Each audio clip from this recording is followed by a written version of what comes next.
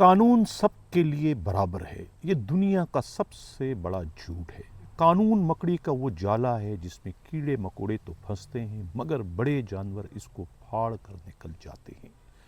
ناظرین، افلاطون نے یہ تاریخی قول جو ہے وہ ہزاروں برس قبل کہے تھے۔ تک ایسا رہا ہے کہ یہ تاریخی قول انہوں نے خود پاکستانی معاشرے کے لیے کہے تھے، کیونکہ اس قسم کے واقعات، اس قسم کے مناظر جو ہے وہ ہمیں ہر وقت جو ہے وہ دیکھنے کو، سننے کو اور پڑھنے کو ملتے ہیں۔ اتنی لمبی چوڑی تمہید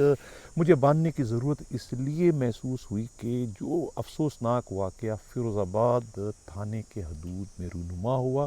جس میں ایک سٹنگ سندھ کے سب سے زیادہ مضبوط اور سینئر ترین قابل وزیر سعید غنی کے بھائی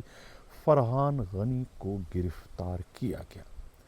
اب انہیں جو ہے وہ خود ان کی اپنی سندھ پولیس نے جو ہے ضابطہ فوجداری کی دفعہ 497B کے تحت جو ہے وہ رہا کر دیا، یعنی کہ ان کے خلاف جو سنگین نوعیت کے دفعات کے تحت جو FIR درج کی گئی تھی، اس میں لگائے جانے والے کوئی ایک بھی الزام جو ہے وہ ملزم فرحان غنی پر ثابت نہیں ہو سکا۔ 497B کا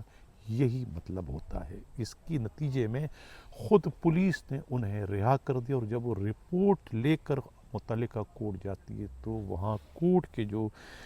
جج ہیں، انسداد دہشت گردی کورٹ کے ریٹائرڈ جج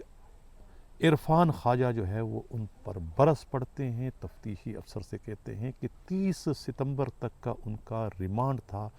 اور آج اس 497B کی رپورٹ کے ساتھ ملزموں کو بھی پیش ہونا چاہیے تھا، اور بغیر ملزموں کے آپ عدالت کے روبرو منہ اٹھائے آ گئے ہیں۔ آپ کس قسم کے تفتیشی افسر ہیں؟ انہوں نے وہ 497B کی رپورٹ کو تسلیم کرنے سے، ماننے سے جو ہے فی الحال انکار کر دیا گیا ہے، اور اگلی ڈیٹ جو ہے وہ 2 ستمبر کی دے دی ہے کہ 2 ستمبر کو خود ضامن اور یہ سب ملزموں کے ہمراہ جو ہے وہ کورٹ میں پیش کیے جائیں،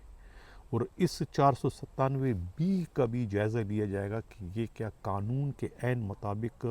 اس کا جو ہے وہ اطلاق کیا گیا ہے، یا کہ کسی کی فرمائش، کسی کی خواہش کے لیے جو ہے وہ اس کو ہتھیار کے طور پر استعمال کر کے ایک زیر حراست ملزم کو رہا کروانے کی کوشش کی گئی، اور اس کوشش میں اپنے اختیارات کا ناجائز استعمال کیا گیا ہے۔ ناظرین، یہ تو تھی عدالتی کارروائی کے نتیجے میں جو ہے